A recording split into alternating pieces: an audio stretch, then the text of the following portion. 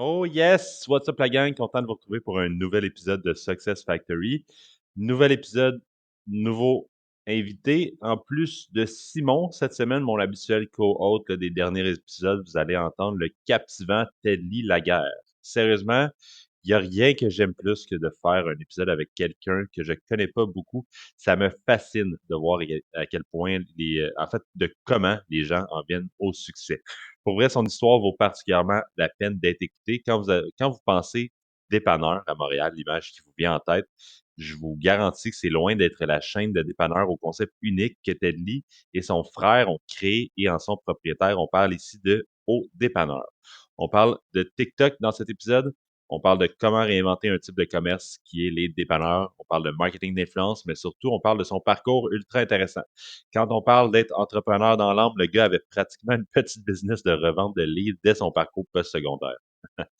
J'en dis pas plus, mais pour vrai, cet épisode-là, c'est un délice. Je vous souhaite une bonne écoute.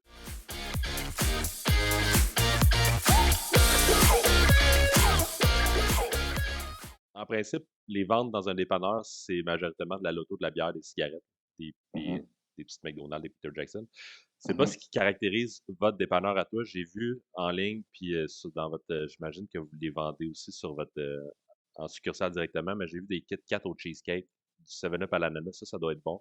C'est Ouais, c'est- ouais, ouais. c'est quoi qui fait comme la majorité de vos ventes dans votre entreprise? Parle-moi des produits Ben, même. je vous dirais que ça dépend de la période dans laquelle on est. Nous, pourquoi, dans le fond, on a fait un dépanneur normal en même temps qu'un dépanneur exotique qu'on appelle là maintenant sur le marché, c'est parce que justement, les produits exotiques, des fois, il y a des hauts, des fois, il y a des bas. Donc, voilà. Donc, il y a certaines périodes que c'est vraiment justement nos produits importés qui font vraiment notre différence. Mais je vous dirais qu'au mois de janvier, février, on s'apparente vraiment beaucoup à un dépanneur normal. Donc, oui, on vend des cigarettes, oui, on vend de la bière, oui, on en vend de la McDonald's, du Laurier, etc., et j'en passe. Donc, ça dépend vraiment de la période. Puis, je pense on avait anticipé ça depuis le début. C'est pour ça qu'on s'est dit, les périodes où il y a moins de produits hype, ben, on va quand même pouvoir rentabiliser avec ce côté dépanneur régulier. Donc, oui, c'est sûr et certain que c'est notre côté exotique qui a permis vraiment de se faire connaître. Mais quand on regarde vraiment l'entreprise à la loupe, ben, on se rend compte que c'est important d'avoir ces produits-là parce qu'il y a des gens qui, quand ils voient le mot dépanneur, ben, automatiquement, ils pensent à leur bière ou à leur cigarette. Donc, ils s'attendent à ce qu'on ait ça. Puis souvent, qu'est-ce qui arrive, c'est que quelqu'un rentre justement pour un de ces produits-là, puis il se rend compte que, oh, vous avez ça, hein, j'ai jamais vu ça ailleurs, ou j'ai jamais goûté ça, etc. Puis il devient un client justement qui achète des produits exotiques, donc il découvre ça. Là. On les change un peu, on les attire avec le mot dépanneur, puis tu sais, eux par eux-mêmes, ils découvrent tous ces autres produits-là. Juste pour bien que tout le monde comprenne, qu'est-ce qu'un dépanneur exotique dans tes Ben, en ce moment, qu'est-ce qu'on appelle un dépanneur exotique, nous, dans notre dialecte, c'est un dépanneur qui vend justement des produits importés, des produits rares, des throwbacks, des 7-Up Mojito, comme que tu as mentionné, des Kit Kat ou Cheesecake. Donc, c'est tout ce qu'on retrouve pas dans un dépanneur régulier. Donc, c'est ce qu'on appelle des produits exotiques. Cool. Puis tu as dit qu'il y avait beaucoup de gens qui venaient justement parce qu'ils pensaient que c'était un dépanneur comme tous les autres, ils voient le mot dépanneur, mais que vous vous êtes fait connaître à cause de vos produits exotiques. Mhm. Tu penses que c'est quoi le split? Est-ce que les gens y apprennent de vous à partir de vos réseaux sociaux et ils viennent ou c'est plus les gens qui marchent puis que là, ils Ben, voient, ils rentrent? je dirais que c'est vraiment la majorité de nos clients, ça vient des réseaux sociaux. Justement, on demande souvent, ah, c'est où est-ce que vous nous avez connus, comment vous avez entendu parler de nous. Puis souvent, c'est des gens qui recherchent ces produits exotiques-là. Donc, je dirais que ce serait euh, 65-35 ou 70-30. Donc, 70% exotique, 30% à ce point-là? qui est les produits. Ouais, ouais, ouais. Mais comme je vous dis, si on tombe au mois de février, janvier, où il fait froid, puis les gens sont un peu plus à la maison, je dirais que ça penche un peu plus vers le régulier. mais on a vraiment créé notre nom à partir des produits exotiques, là. Donc, c'est vraiment pour ça que les gens nous connaissent. Et ça dépend aussi de la localisation du magasin. Si on a un magasin dans un centre commercial, c'est sûr que les gens dans le centre commercial, ils voient ça plus comme un magasin de bonbons. Mais tu sais, tu vas avoir quelques clients qui vont demander si on a des cigarettes, etc. Mais si, par exemple, on est pignon sur rue, ben là, il y a plus de gens qui vont rentrer pour ces produits-là. Mais overall, en général, ça tourne autour de 70-30 ou 60-40 gros maximum. Donc, le plus gros pourcentage étant les produits importés rares, ce qu'on appelle exotiques. C'est fou quand même, vous êtes vraiment connu pour ça, puis parce que c'est vraiment contre-intuitif habituellement, c'est vraiment le contraire. Tu parlais du fait que vous avez une succursale dans un centre d'achat, puis Exact. une autre succursale. Vous êtes rendu à combien de succursales? C'est un système de franchise, c'est ça? Ben, en ce moment, on a deux succursales qui sont ouvertes, qui sont complètement à nous, donc à 100%, qui ne sont pas des franchises. Et donc, il y a la succursale sur le boulevard Gouet. On a une succursale au complexe Alexis-Nihon qui est dans un centre commercial. Euh, Belle puis ça place. aussi, merci. Puis ça aussi, c'est à nous à 100%. Puis finalement, le vendredi dernier, le 28, je pense que c'était vendredi dernier, bref, le 28 avril, on a ouvert une troisième succursale que, elle, c'est une franchise. Donc, c'est notre première franchise. On voulait justement voir un peu comment c'est d'avoir un franchisé. Est-ce que c'est facile à quand même maintenir notre nom? Est-ce que c'est facile à, tu sais, maintenir un certain contrôle? Donc, on voulait vraiment prendre une première expérience avec ça avant de vraiment commencer à chercher des franchisés. Puis finalement, on va avoir une quatrième succursale, encore une fois, 100% à nous, qui va être à Sainte-Thérèse sur le boulevard Curie-Labelle. Donc ça devrait ouvrir dans les prochaines semaines aussi. Donc avec cette ouverture-là, on va être rendu à 4 succursales. C'est mon coin à Sainte-Thérèse, c'est où exactement? Sur le boulevard Curie-Labelle, proche de la Banque des Jardins, un gros immeuble Oui, des pas loin du Jardins. cégep, fait que vous êtes super bien placé. Exactement. Donc, on est vraiment, dans le fond, le cégep est derrière nous. Donc, nous, on est sur Curie-Labelle, puis le cégep est derrière nous. C'est un gros complexe de condos, puis il y a des locaux commerciaux au rez-de-chaussée, dont un Subway, un truc de bubble tea. Donc, nous, on va être placés là, justement. Pour ceux qui ne savent pas, l'Alexis Néon, c'est en face du cégep Dawson, un énorme Exact. cégep de 12 000 étudiants. Est-ce que c'est une stratégie? Est-ce que tu vises des étudiants du cégep? Ben, ce qui est particulier avec cette succursale-là, c'est que c'est eux qui nous ont approchés. Donc, c'est le centre commercial qui nous ont approchés, puis ils nous ont dit, on a regardé votre concept, on a regardé votre site web, on trouve ça vraiment très intéressant. Puis justement, la première session depuis le COVID allait recommencer au Collège Dawson. Puis ils nous ont dit, ah ben, je pense que ça va être vraiment intéressant de vous avoir parce qu'on a beaucoup d'étudiants de Dawson qui viennent. Donc, puis là, on a dit effectivement, ça serait vraiment cool. Puis, c'est vraiment en plein dans notre groupe d'âge ciblé. Donc, on a accepté l'offre qu'ils nous ont faite. Puis, je vous dirais que c'est un bon 75 à 80% de notre clientèle là-bas que c'est des étudiants d'enseignement. Donc, on n'avait pas visé Dawson dans les débuts, mais une fois qu'on a discuté avec les responsables du centre commercial, ben, on s'est rendu compte qu'effectivement, ça serait une très bonne idée, vu qu'on a beaucoup d'étudiants qui viennent nous voir, que ce soit pendant l'année scolaire ou pendant l'été. On a vraiment beaucoup d'étudiants. Donc, on s'est dit, c'est quasiment sûr que ça va être winner. Donc, on a ouvert cette succursale-là. Puis au moment où je vous parle, ben, c'est ça, c'est vraiment 80% des clients, c'est des étudiants de Dawson. Mais il y a beaucoup d'autres écoles aussi, autant primaires que secondaires aux alentours. Donc, c'est très bien placé. Puis on est proche du centre-ville. Donc, on a dit, c'est sûr que c'est une belle occasion. Fait que d'ici 2030, est-ce qu'on peut s'attendre à un haut dépanneur à proximité de chacun des cégeps du Québec? D'ici 2030, ça me laisse combien de temps, ça? On est 2023, ça me laisse 7 ans. Ben, c'est sûr qu'on aimerait ça. C'est sûr on sait l'effet que ça a sur les jeunes après 2 ans. D'ailleurs, c'était notre deuxième anniversaire il y a 2 jours. Donc, on sait que les jeunes, ils aiment beaucoup notre concept. Donc, c'est sûr que C'est c'est votre un deuxième point. anniversaire depuis la première franchise? Vous êtes Depuis le rendu à premier 4? magasin. Ouais, Félicitations. merci beaucoup. Fait que c'est ça. Fait que c'est sûr que les étudiants, c'est vraiment eux qu'on vise. Ils adorent notre concept, ils adorent nos produits, et nous on aime ça discuter avec eux aussi. On parle vraiment de tout et de rien avec les clients, puis je pense que c'est quelque chose qui fait notre différence aussi. Tu sais, on parle pas juste de snack quand il y a un client à la caisse, on parle de tout et de rien. Tu sais, puis on parle pas juste de il fait beau dehors aujourd'hui. On parle vraiment de tout et de rien avec le client. Puis je pense que ça, c'est quelque chose qui fidélise nos clients puis qui fait qu'ils aiment venir chez nous.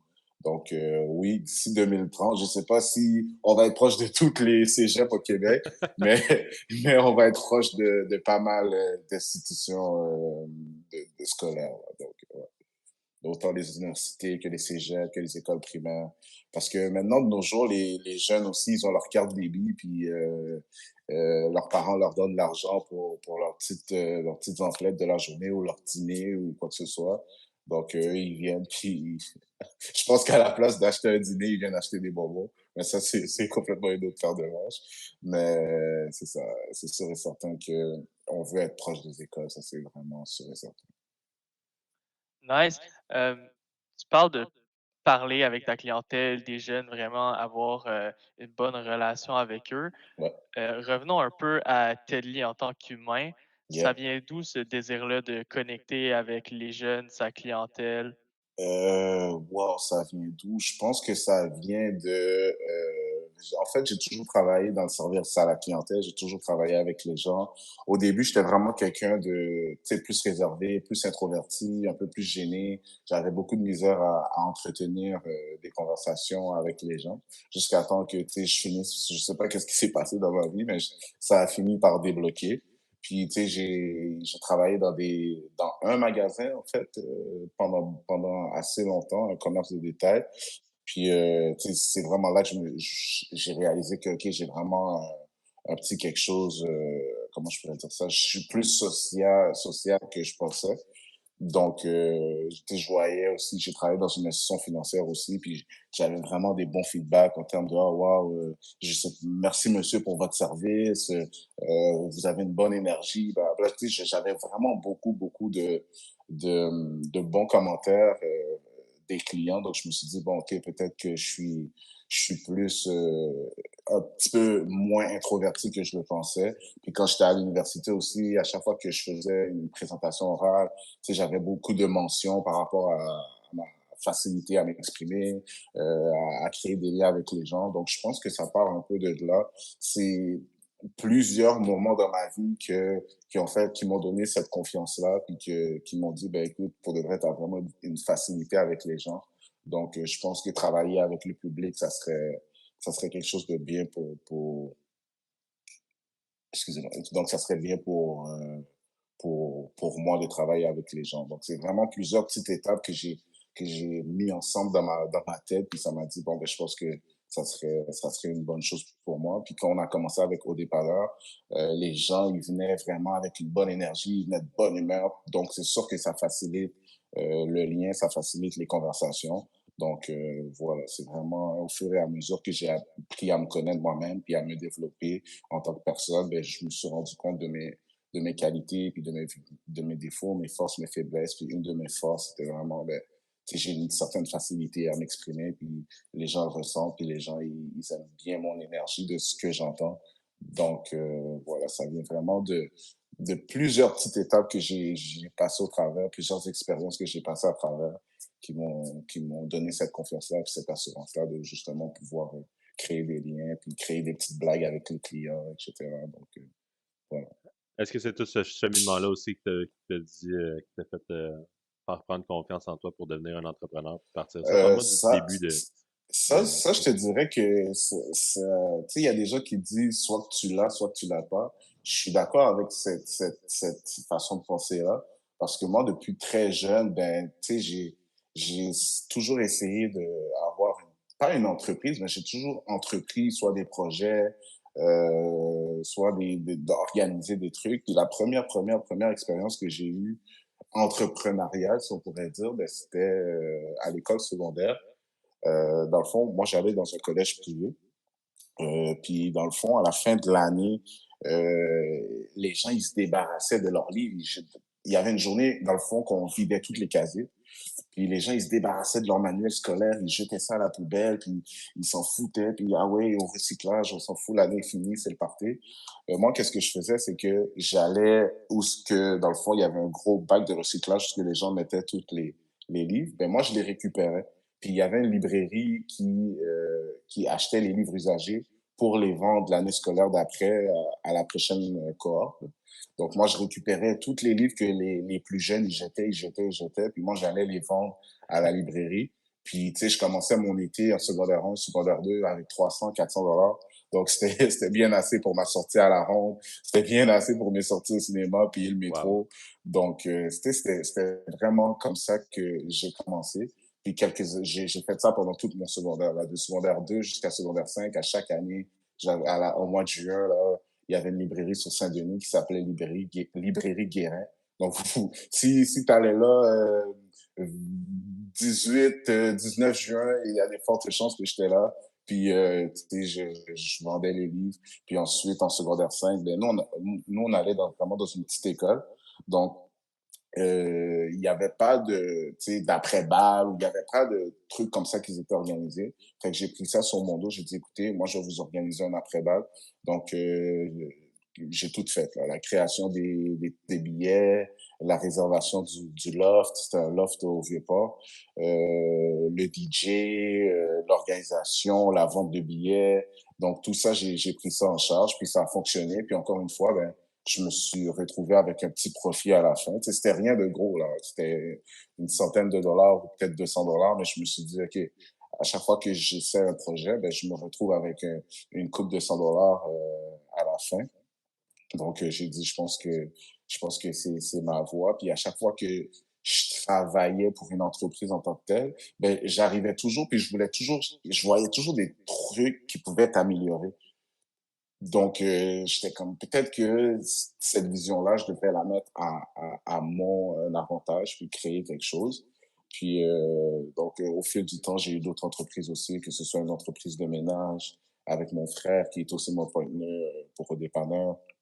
On a eu un studio de photo. Ben, lui, il avait un studio de photo, en fait, il faisait photo, vidéo. Puis moi, j'avais loué un espace dans son studio pour faire du marketing pour les petites entreprises. Dans ce temps-là, les réseaux sociaux, c'était le nouveau truc, là. Donc, tu sais, j'étais les entreprises à faire leur premier pas sur Instagram. C'était beaucoup Instagram. Donc, j'étais les entreprises à faire leur premier pas sur Instagram.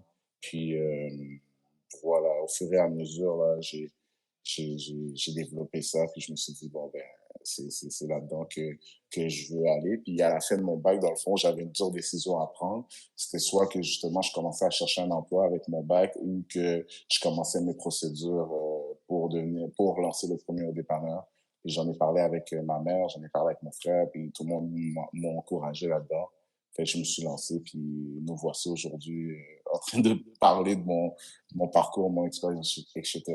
Donc, c'est quelque chose qui était toujours dans moi. Je pense que j'ai toujours eu ça à l'intérieur de moi. Puis, j'ai toujours, en toute humilité, là, j'ai toujours été quand même un leader. Puis, les gens se raccordent beaucoup à moi. Puis, ils regardent beaucoup sur moi. Je parle des jeunes, mais il y a aussi des gens qui me demandent des conseils quand ils déménagent. Genre, c'est quoi ta routine pour gérer tes finances ou blablabla. Des amis qui me demandent ça. Donc, je pense que j'ai toujours eu comment je peux dire ça, une énergie de leader. Donc, encore une fois, tout ça, tous ces éléments, pardon, ensemble ont fait en sorte que j'ai créé des dépanneur. Donc, tu as quand même eu un passé d'entrepreneuriat, un projet après l'autre, et là, tu finis l'école, tu gradues de l'université et directement tu te lances dans une entreprise. Ça prend du courage. Qu'est-ce qui a fait que tu es tombé sur un dépanneur exotique? Donc, en fait, comment ça a commencé, c'est que mon frère, lui, il avait déjà parti un projet de commerce. Donc, il y avait déjà un commerce. Puis, tu sais, moi, je voulais vraiment avoir une idée originale, moi aussi, puis partir un commerce, moi aussi. Donc, voilà, donc je le regardais un peu aller, je l'ai aidé dans le projet un petit peu. Puis je me suis dit, bon, ben moi aussi, je veux un commerce, mais j'avais pas d'idée quoi faire exactement. Donc, ce que j'ai fait, je suis allé sur Centris, puis j'ai recommencé à regarder les fonds de commerce à vendre. Donc, je regardais, puis il y avait beaucoup de dépanneurs. Je me demandais pourquoi il y a autant de dépanneurs à vendre.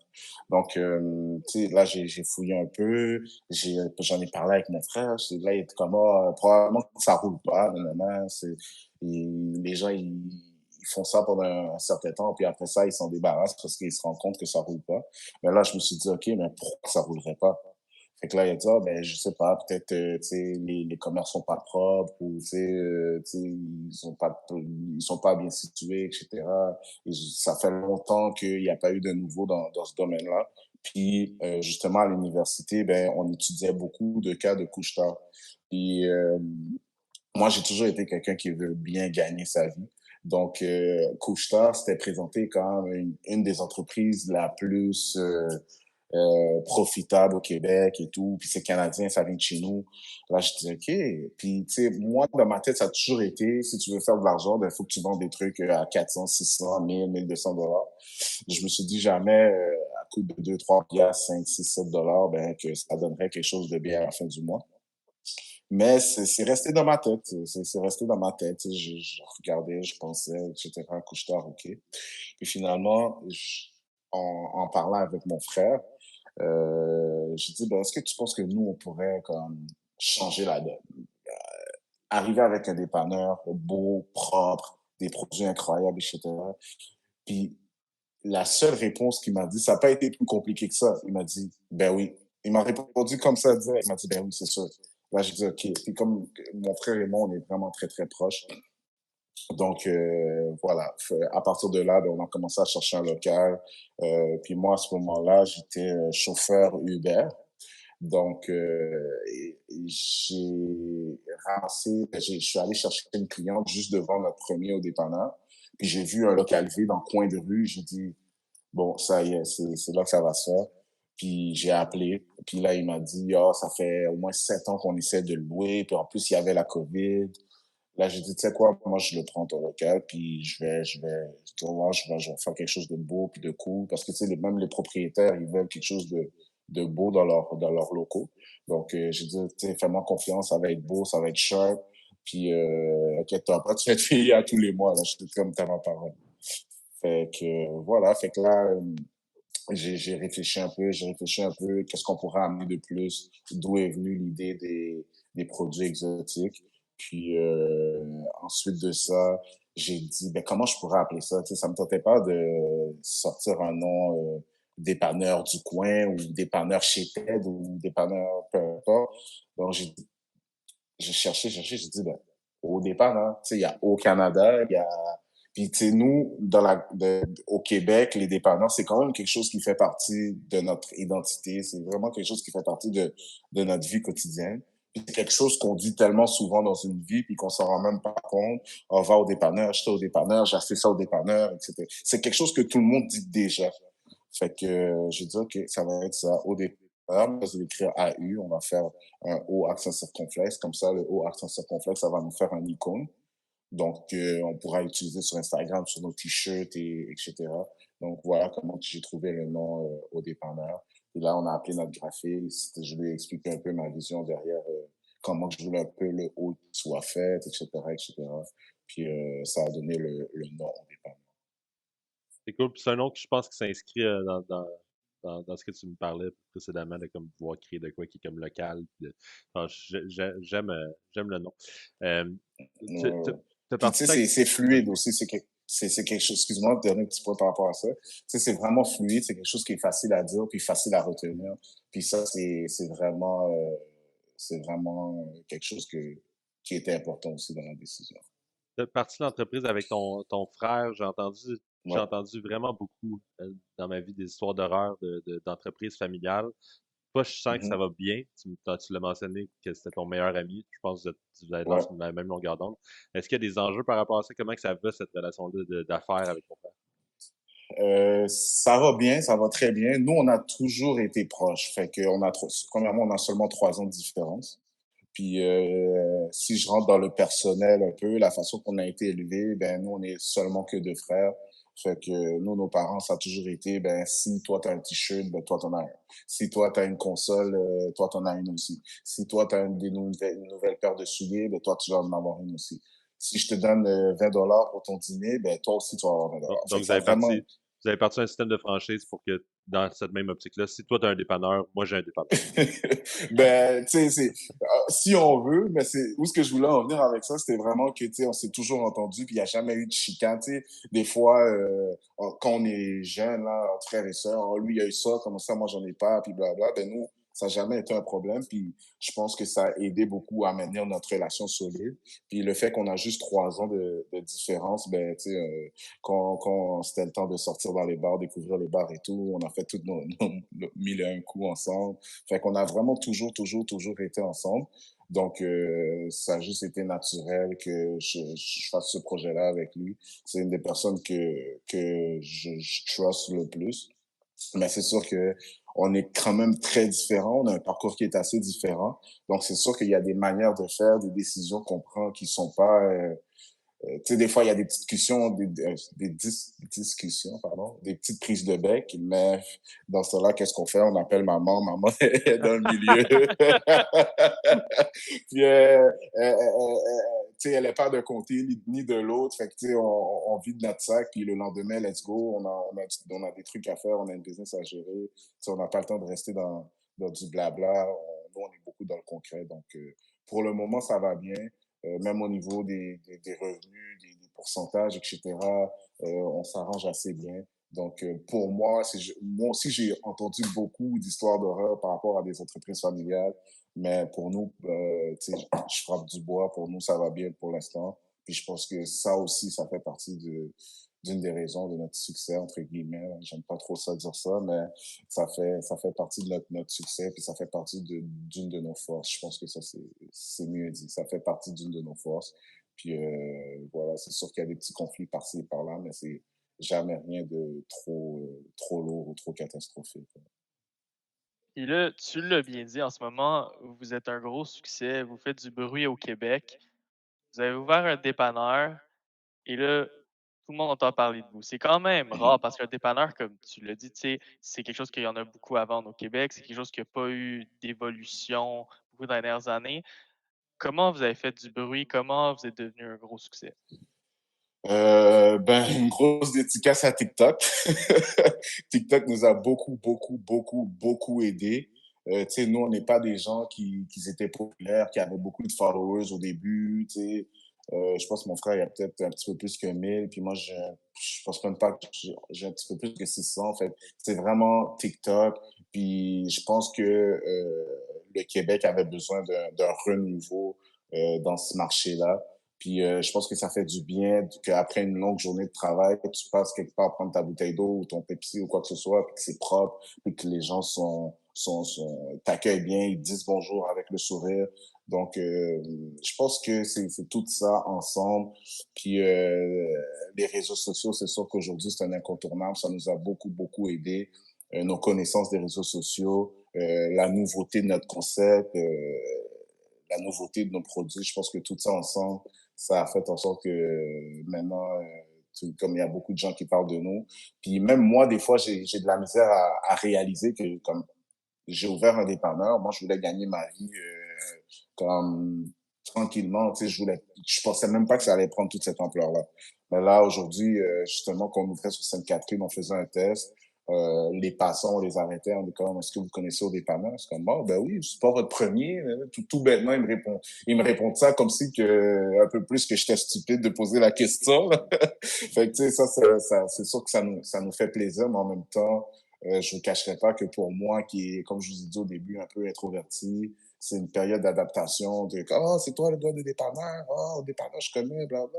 Donc, tu sais, des fois, ça me met hors de ma zone de confort, mais je suis vraiment content que ça a pris cette tournure-là. Puis, tu sais, on a vraiment essayé de mettre tout ce qui manquait au marché pour justement que ça parte, puis qu'on finisse pas comme juste un dépanneur de quartier puis que personne n'en parle. Donc, je pense que c'est vraiment les réseaux sociaux, numéro un, TikTok, qui nous a fait vraiment connaître. Puis on a su, tu sais, c'est bien beau faire des collaborations, mais le timing est important aussi. T'as beau faire une collaboration avec monsieur ou madame X, si son hype en ce moment, il est pas trop bien, si ça fait longtemps que la personne n'a pas publié, qu'elle n'est pas active, ben ça sert à rien. Mais nous, on essayait toujours de prendre quelqu'un qui avait un hype en ce moment, genre un article qui vient de sortir positif sur la personne. OK, let's go, on fait un collab. La personne sort d'une télé-réalité, puis ça fait pas trop longtemps, tu sais. On prend pas nécessairement des gens que ça fait 3, 4 saisons en arrière, mais tu sais, la dernière saison, OK, boom, OK, on fait une collab avec. Donc, tu sais, c'est toutes ces stratégies marketing-là qui ont fait en sorte que, boom, les gens connaissent. Puis, tu sais, le fait d'ouvrir plus qu'un magasin aussi, ça aide parce que ça aide à s'établir en tant qu'entreprise. Donc, je pense que c'est tous ces éléments ensemble. Tu sais, il n'y a jamais juste un élément qui fait que ça marche ou ça marche pas. C'est un amalgame d'éléments qui font en sorte que ça va fonctionner ou pas. Donc, pour notre cas, je pense que c'est les réseaux sociaux, le design de nos magasins, puis nos produits, c'est les trois choses qui font en sorte que ça a beaucoup fait parler. Stratégiquement parlant, côté réseaux sociaux, qu'est-ce qui a fait que ça boom sur TikTok? Pourquoi est-ce que vous avez connu le succès? C'est les collabs. Et encore une fois, une dédicace à Anto Tran. Ça, c'était une de nos plus longues collabs. C'était aussi une de nos plus efficaces. Donc, c'est vraiment les collaborations, je vous mentirai pas, là. Nous, on avait une connaissance des réseaux sociaux, mais c'est vraiment les collaborations qui ont fait en sorte que ça a explosé sur TikTok. Puis les concepts des vidéos, tu sais, c'était pas juste voici un Fanta et on l'a en magasin. Donc, on a cherché une façon de présenter notre concept vraiment d'une façon originale. Puis moi aussi, dans le fond, j'ai fait un bac par cumul de certificats. Puis j'ai un certificat en marketing aussi. Donc, tu sais, je suis passionné de ça. J'ai déjà travaillé là-dedans. J'ai déjà des entreprises là-dedans. Donc, nos connaissances avec toutes les collabs qu'on a faites, on en a fait vraiment beaucoup, je pense au-dessus d'une dizaine, d'une quinzaine de collabs. Donc, on rassemblait le public d'un peu tous ces collaborateurs-là. Puis ça a fait en sorte que les followers montaient. Puis ça, the rest is history, comme on dit. Ben oui, parce que là, vous êtes rendu à quand même 37 600 abonnés sur TikTok, Ouais, plusieurs vidéos ouais, ouais, avec au-dessus d'1 million de views. Ça, ouais, c'est énorme au Québec, en français uniquement sur les réseaux. ouais. Même comme je vous dis, même nous, tu sais, c'est sûr qu'on est content, mais on reste toujours surpris parce que nous, tu sais, on est des personnes qui viennent de rien du tout. Puis, tu sais, nous, tant qu'on est capable de, tu sais, payer les factures, survivre, ben, tu sais, nous, c'est correct pour nous. Fait que, tu sais, on est toujours étonné de comme, oh, wow, je connais absolument pas cette personne-là, puis elle me connaît ou elle connaît l'entreprise. Donc, voilà, tu sais, nous, on reste quand même surpris, mais on est très content d'avoir plusieurs millions de vues sur nos vidéos. On est vraiment content, puis ça nous pousse à continuer, puis à croire en notre projet aussi, parce que c'est bien beau que les gens croient en notre concept, mais nous aussi, c'est important d'y croire, même quand ça va moins bien, parce qu'on sait qu'une entreprise, il y a des hauts, il y a des bas. Donc, quand ça va moins bien ou quand les ventes diminuent un petit peu, ben, c'est très important de continuer d'y croire. Puis le fait qu'on a passé par là, par beaucoup de, comment je peux dire ça, le fait qu'on a vraiment attiré l'attention dans les moments bas, je sais pas comment dire en français, pardonnez-moi l'anglicisme, mais on bounce back sur ça. Donc, le fait que, OK, ben, tu sais, les gens nous aiment, là, tu sais, puis des fois, on fait des sondages en ligne, puis, tu sais, les gens continuent à dire qu'ils sont satisfaits. Même les périodes qu'on a un peu low stock, les gens continuent à nous dire, oh, on est satisfait quand même. C'est ça qui nous permet de continuer, mais je pense pas que c'est quelque chose je pense pas que c'est ça qui, comment je pourrais dire ça? Je pense pas que le fait qu'on a plusieurs vidéos sur TikTok ou plusieurs abonnés, plusieurs milliers d'abonnés, qui fait en sorte qu'on va se dire, bon, ben, tu sais, on a vraiment bien fait ça, puis ça y est, non, on reste vraiment humble, on reste concentré, puis on continue à faire ce qu'on fait de mieux. Donc, voilà. Mon cher Teddy, je t'en voudrais pas pour un anglicisme. Le podcast s'appelle Success Factory. Effectivement, j'avais pas pensé à ça. Euh, On a parlé beaucoup des ventes et les succursales en tant que telles, mais il y a l'aspect vente en ligne aussi. Vous avez pas mal tous vos produits en ligne, mais quand on a regardé on a fait le tour, puis je parle entre autres des Kit Kat ou Blueberry Muffin et tout ça, là. Est-ce que ça fonctionne, les ventes en ligne pour un dépanneur? Honnêtement, pour nous, c'est vraiment plus le walk-in qui fonctionne pour nous, tu sais, donc les ventes en magasin. Mais encore une fois, nous, quand je vous expliquais qu'on cherchait ce qui marchait pas sur le marché, on s'est dit, ben, la vente en ligne, c'est quelque chose que aucun dépanneur fait tout simplement parce que pourquoi j'irais acheter une bouteille d'eau en ligne? Donc, on s'est dit, bon, ben, nous, on va le faire en ligne, mais on va offrir certains produits en ligne. Au début, on mettait tout en ligne, même les bouteilles d'eau et tout, mais ça perdait les gens un peu. Donc, on a dit, OK, on va mettre seulement les produits les plus populaires, les produits hype, les produits TikTok famous, etc. Donc, voilà, c'est ce qui a fait, en fait, c'est ce qui fait que on vend en ligne, mais je vous dirais que c'est pas la majorité de nos ventes qui se passent en ligne. C'est vraiment plus en magasin. Mais on est conscient pourquoi ça explose pas. Je pense que on a réalisé que pour exploser en ligne, il faut vraiment avoir certaines ressources que pour le moment, on n'a pas encore. Mais c'est sûr que ça aide les journées de tempête, par exemple, que les gens, ils sont pas de chez eux, ben, ils sont en ligne. Mettons qu'ils disent, oh, ben, on va y aller demain, boum, tempête de neige, ben, ça aide qu'on soit en ligne. Mais je vous dirais que c'est pas, pour le moment, du moins, c'est sûr que nous, on cherche à développer ça. Mais pour le moment, c'est vraiment les ventes en magasin. Puis les ventes en ligne, c'est vraiment un plus pour notre clientèle. OK. Tu parles de produits hype. Est-ce que les produits hype, ceux qui font fureur sur TikTok, c'est ceux qui vendent le mieux en magasin? Est-ce qu'il y a une corrélation directe? Il y a une corrélation directe. Je peux même vous donner un exemple assez concret. Vous savez, les gelées en bonbons, là, que tu croques dedans, puis soit que ça t'explose d'en face ou que finalement tu peux réussir à le manger, ben ça, c'est énormément populaire. Il y a aussi tout ce qui est les pickles. C'est sûr que vous avez vu passer ça sur TikTok. Donc, il y a les pickles aussi que c'est très, Le très Big populaire. Papa. Ouais, ouais, ouais. Toutes les saveurs, en fait, sont très, très, très, très populaires. Donc, c'est ça. Est-ce que vous m'entendez encore bien? Yes. Oui, absolument. OK, Peux-tu parfait. décrire pour notre audience, c'est quoi le pickle TikTok? Ben, en fait, c'est un pickle géant qui vient dans un sac. Puis, dans le fond, ce pickles-là, c'est ça, ça vient dans un sac. Puis, il y a des saveurs.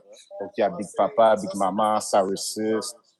Puis, c'est ça, il y a des saveurs. Puis, c'est ça. Moi, personnellement, je suis pas trop cornichon. Mais apparemment que les clients, ils adorent ce produit-là. Fait que c'est ça, c'est un gros cornichon qui vient dans un sachet avec un jus de cornichon, euh, quasiment à moitié du sachet, avec une saveur dedans. Puis les gens s'amusent à faire des vidéos puis des challenges avec ce produit-là. Puis c'est assez. Moi, une fois, j'allais l'essayer, mais à un moment donné, on a reçu notre commande, puis il y en a un qui a coulé dans la boîte. Puis quand j'ai ouvert la boîte, l'odeur que j'ai pris, j'ai dit non, c'est impossible. C'est impossible que je goûte à ça, là, c'est complètement impossible. Puis voilà. Donc, mais c'est très, très populaire. Il y a beaucoup, beaucoup de TikTok challenge justement, ils utilisent ces pickles-là. Donc, très, très populaire. Mon cher Teddy, Donc, ouais, il y a beaucoup de. Ouais. on, on est à l'ère que les créateurs de contenu on est à l'ère des créateurs de contenu, je vais le dire comme ça. Puis on est à l'ère que ces créateurs de contenu-là se partent leur propre brand. Je pense à MrBeast avec sa brand de chocolat. Je Mhm, pense à Prime avec Logan Paul. mhm. Tu sais, vous qui êtes beaucoup sur TikTok, puis je suis probablement sûr que vous êtes au courant de ces trends-là. Est-ce que vous pensez partir une brand parce que votre présence est forte sur TikTok éventuellement? C'est sûr qu'on en a parlé souvent parce que. Oui, allô? On est avec toi. Ouais, c'est sûr qu'on en a parlé assez souvent. C'est sûr qu'on aimerait ça. partir peut-être une marque de boisson, parce que là, on voit que les boissons, tu sais, c'est vraiment populaire, ça se vend beaucoup. Donc, c'est sûr qu'on aimerait ça partir notre brand de boisson, mais tu sais, vraiment à long terme, hein. Pour le moment, je pense que on a encore beaucoup de travail au niveau de nos commerces en tant que tels. Donc, ça serait pour vraiment pour à long terme, mais c'est vraiment une optique qu'on étudie. Tu sais, c'est sûr que s'il y a une opportunité qui se présente, peut-être qu'on on va y aller tout de suite. Mais tu sais, on continue d'étudier un peu le marché, de voir qu'est-ce qui est hype, quelles saveurs qui sont hype. Donc oui, c'est sûr qu'on aimerait ça. Mais tu sais, ça prend quelqu'un pour créer cette boisson-là. Tu sais, ça prend quelqu'un pour faire la Ouais. bouteille. Ça prend quelqu'un. Donc, c'est assez complexe. Mais pour répondre à la question, oui, c'est sûr que éventuellement, vous allez peut-être avoir une boisson gazeuse au drink avec tu sais, des Oh, saveurs Drake, un comme peu ça. funky. Là. Oh, drink trademark. Ouais, ouais, ouais. Non, c'est sûr qu'on aimerait ça, mais pour le moment, je pense que on a encore des, nous on aime ça dire ça, là, moi puis mon frère, on a encore des vis à serrer au niveau des magasins en tant que tels. Donc, c'est sur ça qu'on se concentre Je, présentement. je suis curieux d'avoir ton opinion là-dessus parce que j'en parlais avec Antoine récemment. Est-ce qu'il y a de la place pour un genre de Prime, un genre de Logan Paul, l'équivalent Logan Paul québécois, ou peu importe le créateur québécois, qui crée sa propre marque au Québec? Est-ce qu'il y a du potentiel pour quelque chose du genre ou est-ce que le marché québécois est trop petit? C'est sûr qu'il y a tout s'achète et tout se vend, comme qu'on dit. Donc, c'est sûr qu'il y a de la place, il y a de la place pour ça. Ben, mais la question à se poser, c'est est-ce qu'il y a vraiment quelqu'un qui va oser vraiment y aller? Puis est-ce que ça va avoir autant, pardonnez-moi, est-ce qu'il va y avoir un aussi gros hype? Si, parce que tu sais, le Québec, c'est un petit marché, contrairement aux États-Unis, tu sais, juste dans ta ville, tu peux faire autant de ventes que quasiment dans tout le Québec, si tu es dans une grande ville, genre New York ou LA ou Miami, tu sais, il y a vraiment beaucoup de monde, beaucoup de touristes. Mais définitivement, moi, je pense que il y en a beaucoup d'entrepreneurs qui sont très talentueux et qui ont des bonnes visions. Puis surtout ici à Montréal, je pense qu'on est une ville autant dans le sport qu'en entrepreneuriat, je pense qu'on est dans une ville qui est un peu sous-estimée, mais on a énormément, énormément de talents, énormément de gens qui se démarquent à l'international puis qu'on n'entend même pas parler. Donc, c'est sûr et certain qu'à un moment donné, il y a quelqu'un, surtout avec la nouvelle génération, qui sont vraiment pro réseaux sociaux, pro Internet. Ben, c'est sûr qu'à un moment donné, il y en a un qui va dire, bon, tu sais quoi, ben moi aussi, j'ai une vision, puis sa vision va fonctionner. Puis il va avoir un prime québécois ou peut-être peu importe le produit. Je pense qu'il y a de la place pour que ça soit vraiment quelque chose de gros ici au Québec. Puis aussi, on se rend compte qu'il y a beaucoup de parents aussi qui commencent à consommer, par exemple, le Prime. Donc, c'est pas juste les jeunes. Donc, c'est sûr et certain que, ouais, il y a de la place pour un Prime québécois ou un produit aussi hype ici. Là. Ça, j'en suis convaincu. Là. Nice. Ben, il faut oser, comme tu dis. Puis vous, vous osez fort avec Au Dépanneur. Euh, Yeah. Votre quatrième, là, qui s'est enligné en 2 ans. Exact. Et vous passez peut-être au modèle de franchise. Tu parlais de Ouais. faire un test au niveau des franchises. C'est quoi votre motivation d'ouvrir des franchises? C'est quoi l'avantage pour vous? En fait, c'est sûr que l'avantage pour nous, c'est vraiment de expand vraiment rapidement parce que tu sais, c'est sûr qu'on peut en ouvrir tu sais, des magasins qui nous appartiennent à 100%. Mais tu sais, ça peut prendre plus de temps, hein, ça peut prendre tu sais, plus de sous, ça peut être compliqué à aller chercher tu sais, du financement pour ça. Donc, c'est sûr que c'est vraiment pour expand notre brand, mais aussi on a une pensée pour la clientèle, monsieur, madame, tout le monde qui veut tout simplement aller dans un commerce qui est propre. Tu sais, c'est des produits qu'on mange, qu'on boit, qu'on met dans notre bouche. Donc, moi, personnellement, c'est vraiment important pour moi que ce soit propre. Donc, tu sais, je veux que le Québec au complet voit qu'ils peuvent aller dans un commerce tu sais, ils sont respectés en tant que clients, ils sont pas reçus. C'est comme quand que j'invite quelqu'un chez moi, tu sais, j'ai une façon de recevoir la personne. Puis c'est la même chose avec mes commerces. J'aime que que ce soit bien fait. J'aime que les gens se sentent à leur place. J'aime que les gens se sentent bien accueillis. Donc, pouvoir donner la chance à vraiment plusieurs régions au Québec d'avoir ce service-là, de pouvoir se sentir bien, puis de découvrir des produits, ça, c'est une de nos motivations. Puis c'est sûr et certain que euh, dans l'arrière-scène, ben, c'est beaucoup, beaucoup de travail, avoir géré un dépanneur. Donc, à un certain moment donné, on est, comme vous le savez, on va dire deux dans l'équipe. Donc, tu sais, à un moment donné, c'est beaucoup de choses à gérer. Donc, il faut, si on veut continuer à prendre de la place, mais en même temps continuer à bien faire les choses, ben, tu sais, la franchise, c'est une très bonne façon de le faire. Puis, tu sais, le franchisé, en fait, c'est lui qui finance son projet. Donc, tu sais, ça nous coûte un petit peu moins. Puis, tu sais, les revenus qui sont créés par ça, ben, on peut vraiment les utiliser pour pousser notre marque, pour pousser notre concept, pousser le marketing, puis, tu sais, y aller plus dans du marketing conventionnel, que ce soit être commanditaire d'événements, d'émissions, la radio, l'affichage sur les autobus, dans le métro, etc. Donc, ça, c'est du marketing qui est plus dispendieux que les médias sociaux.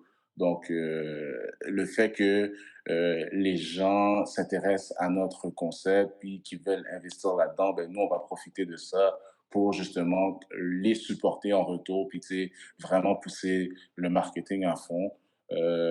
Puis faire en sorte que monsieur, madame, tout le monde peut justement, tout comme nous, commencer avec très peu, puis s'en sortir avec un beau commerce. Je pense que ça, c'est très important pour nous aussi. Encore une fois, je le répète, on a vraiment commencé de rien du tout. Donc, on veut, en tant que citoyen corporatif, comme qu'on dit, ben, donner la chance à quiconque peut gérer ça, ben, d'avoir un beau commerce, puis que ça coûte pas 400, 500 000. Donc, si tu as un peu d'argent de côté, tu as un bon crédit, OK, let's go, tu veux quelque chose qui est relativement simple à gérer, ben, tu sais, on a quelque chose pour toi. Puis voilà, donc c'est vraiment dans une optique d'expansion, c'est vraiment dans une optique de continuer à grandir, puis c'est vraiment dans une optique de redonner à notre clientèle, redonner aux gens qui veulent entreprendre, mais tu sais, qui n'ont pas des sommes astronomiques à investir. Donc, c'est vraiment ça qui a fait en sorte que on veut partir. Ben, en fait, qu'on s'est préparé à l'éventualité qu'un franchisé serait intéressé puis qu'il soit sérieux. On était déjà prêt depuis le début, même avant que cette personne-là veuille investir, que ce soit au niveau légal, que ce soit au niveau de la structure de notre entreprise. OK, ben dans le fond, c'est qui la vend, la franchise? C'est-tu au dépanneur Gouin? C'est-tu au dépanneur? Tu sais, toutes ces technicalités-là qu'on s'était préparé depuis le début avec nos avocats. Puis quand l'opportunité s'est présentée, ben, nous, on était déjà prêts. Donc voilà, c'est vraiment de prendre la place, puis continuer d'offrir des beaux dépanneurs au Québec. Puis voilà, là, c'est vraiment. Puis évidemment, je fais le gars humble, mais c'est sûr que on aimerait ça qu'il y ait des bons revenus aussi qui viennent avec, là. Ça, c'est sûr et certain. Mais tu sais, ça n'a jamais été notre priorité. Notre priorité, c'était vraiment que ça fonctionne, qu'on puisse en vivre, sans nécessairement extra, mais qu'on puisse en vivre. Puis vu que nous, on a vu la preuve que ça marche, pourquoi pas partager avec d'autres entrepreneurs cette opportunité d'affaires. Bien dit. Tous les potentiels franchisés, là, si vous avez le goût d'offrir des produits exotiques dans votre coin du Québec, parlez à Ted Lee, c'est le gars. J'ai une question par curiosité pure. C'est quoi OK. ton produit préféré? Ouf, ça, les clients me la posent souvent. Je pense que je me la fais poser vraiment à tous les jours. Mais je vous dirais, mon produit préféré, ce serait une boisson. Moi, j'adore les boissons. Je suis plus boisson que snack. Mais je dirais que c'est le Fanta aux fruits de la passion et mangue. Oh my God. Ça, là, c'est comme, c'est sucré, mais pas trop. C'est gazeux, mais pas trop. Ça match avec tout. Tu sais, si tu veux boire ça le matin sur l'autoroute en allant travailler, tu peux, c'est parce que c'est pas trop sucré. En même temps, s'il fait chaud puis tu veux boire ça bien froid, tu peux aussi, puis ça rend bien, mais comme, waouh, pour de vrai, c'est vraiment Fanta, fruits du dragon et mangue. C'est vraiment mon go-to. Je le propose à tous les clients. Dès qu'on en a en stock, je dis, tu regretteras pas avec ça. Puis effectivement, des fois, ils goûtent devant moi. Ils sont comme, waouh, c'est vraiment bon. Puis ça donne que c'est un des premiers produits exotiques que j'ai goûté quand on a parti le projet. C'est une des premières boissons qu'on a reçues. Puis j'étais tellement comme excité à l'idée de, enfin, on commence à recevoir notre stock. J'en ai ouvert une, je l'ai bu, puis ça a été le coup de foudre. J'adore. Je n'ai jamais vu autant de motivation à parler d'un produit. Ouais. Ouais, non, c'est vraiment bon. Puis sinon, dans les snacks, ce serait quoi mon snack préféré? Moi, pour vrai, dans les snacks, je suis pas mal plate, là. Tu sais, moi, je suis vraiment plus snack régulier, là. Moi, le sac de Doritos mauve ou le noir, là, c'est Ton parfait pour classique. moi. Je suis pas trop. Puis au début, tu sais, je voulais essayer plein de trucs, plein de trucs, plein de trucs. Puis là, mon estomac m'a dit, calme-toi un peu, vas-y, prends ça, relax. Fait que, tu sais, maintenant, tu sais, j'essaie de laisser vraiment plus les produits pour les clients. Mais le Fanta, ça, à chaque fois, le Fanta, Dragon Fruit, puis mangue, à chaque fois qu'on en a, ben, j'en prends puis j'en amène à la maison parce que c'est vraiment mon coup de cœur. Tu me donnes le goût de finir ma journée à ta succursale de Gouin. En plus, je m'en vais à Laval, ça va être, c'est sur le chemin. Ah, t'es le bienvenu, là. Teddy, je vais te finir avec une petite question rapide. Là, essaie de me faire ça en une phrase ish. Là. Je te sens animé par un désir de réussite quand même assez solide. Qu'est-ce que tu dirais à un Teddy qui a 15 ans? Qu'est-ce que tu dirais à un jeune qui a 15 ans et qui s'intéresse à l'entrepreneuriat? Oh, en une phrase, tu veux que je te fasse ça? Une phrase ish. OK. Je dirais aie pas peur, aie pas peur de foncer, puis tu sais, ça sonne un peu cliché, mais tu sais, aie pas peur de foncer, puis aie pas peur d'être différent, puis crois en ta vision. Je dirais vraiment, c'est vraiment ça que moi, je me suis tout le temps dit à moi-même, donc je leur dirais la même chose à un tel qui a 15 ans, puis qui vend ses livres à la librairie, ben, je lui dirais, continue comme ça, tu es sur le fonce, continue, et pas peur d'être différent, puis pas peur de focus sur tes projets. Très cool. Merci Teddy. Pour être une belle histoire. Clairement, un entrepreneur né, t'as créé ton propre bal, ton propre après-bal, je veux dire, t'as vendu Ouais. des livres d'école que le monde chutait. Ouais. Je pense qu'on peut t'attribuer le mot hustler. T'as l'air de vouloir créer de quoi.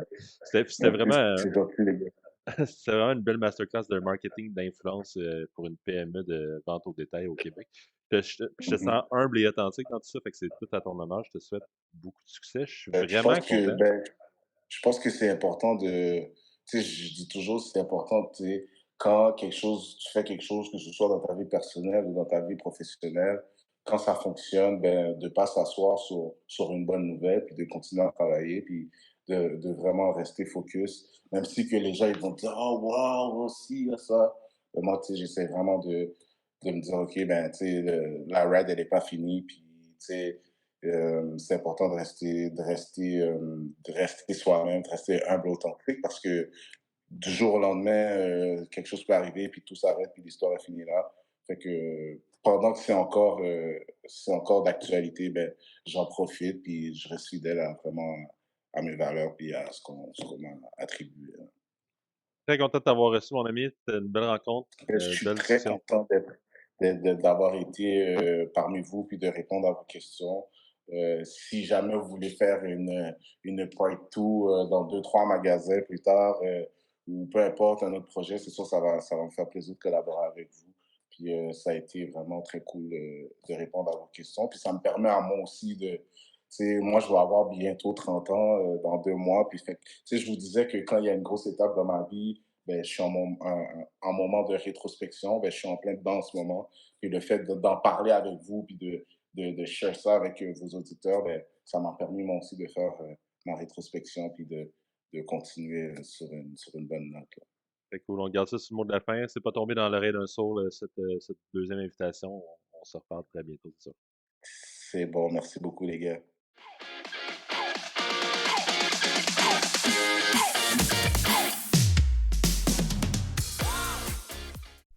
Hello, j'espère que vous avez apprécié l'épisode. Si vous avez aimé le podcast, on vous invite à aller laisser un petit avis ou vous abonner sur Spotify ou Apple Podcasts pour nous aider à le faire connaître. On se voit la semaine prochaine pour une autre belle conversation avec un nouvel invité. À bientôt!